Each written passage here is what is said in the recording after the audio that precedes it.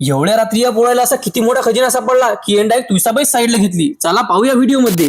मागच्या व्हिडिओ मध्ये तुम्ही पाहिलं होतं की आपल्या घरची डीटीएच बंद पडली होती. चला म्हटलं आज त्याची काहीतरी विल्हेवाट लावून टाकू. मग ताई मी आणि पाहुणे निघालो नांदुऱ्याच्या रस्त्यानं. गाडीचा वेग वाढवून निसर्गाचा आनंद घेत आम्ही पोहोचलो नांदुऱ्यामध्ये. सकाळपासून काही खाल्लं नव्हतं म्हणून आलो गायत्री वडापाववर आणि एक एक वडापाव दाबला. पेटपूजा झाल्यावर चला म्हटलं आता डीटीएचचं विल्हेवाट लावून टाकू. दुकानात आल्यावर त्याला म्हटलं चांगल्या क्वालिटीचा सेटअप बॉक्स दाखवा. त्यातला एक सेटअप बॉक्स फायनल करून आपल्या घरची टीव्ही होती ना ती आता बंद पडायला होती. मग नवीन एक टीव्ही घेतली त्याच्याकडून पक्क बिल बनवून घेतलं. तेवढ्यातच मला मुंबईचा प्राणी नांदुऱ्याच्या रस्त्यावर फिरताना दिसला. मला म्हणलं गरमी होऊन राहिली तर मी फॅन घ्यायला आलो. घरच्यासाठी मुरमुरे घेतो तेवढ्यात मला लक्ष गेलं या सूर्यफुलाच्या टोपल्यावर. ज्यावेळेस आम्ही माळेगावच्या शाळेत होतो त्यावेळेस सूर्यफुल एवढं खात होतं की डेस्क मध्ये सर्व सूर्यफुलाचं कुठार दिसत होतं. मग नांदुऱ्याला बाय करून मामाच्या मर्सडीजनं आलो घरी. सर्वात पहिले टीव्ही घेतली तिची जोडजाड केली घरच्याला टीव्ही चालू करून दिली. माया काकाचं घर बांधणं चालू होतं. या पोरानं घेतले होते गड्डे खणण्यासाठी. मी इकडे येऊन नव्हतं राहिलं म्हणून अटेन्शन घ्यायसाठी हे म्हणत की आम्हाला या तुळसाबाई खाली काहीतरी सापडलं. खरं तर येले खणणं होतं तरी गड्डा नाही. हे तुळसाबाई याच्या सरकून नव्हती राहिली म्हणून हे माझ्याशी खोटं बोलले होते. आणि जसं की तुम्हाला माहिती आहे की आमच्या गावातल्या महादेवाच्या यात्रेची मी सिरीज सुरू केली होती. त्याचे सर्व पार्ट आपल्या चॅनलवर उपलब्ध आहेत. आपले व्हिडिओ जर तुम्हाला आवडत असतील तर लाईक कमेंट आणि मित्रांबरोबर शेअर करा. इंस्टा पेजला फॉलो करायला विसरू नका. चला भेटू पुढच्या ब्लॉग मध्ये.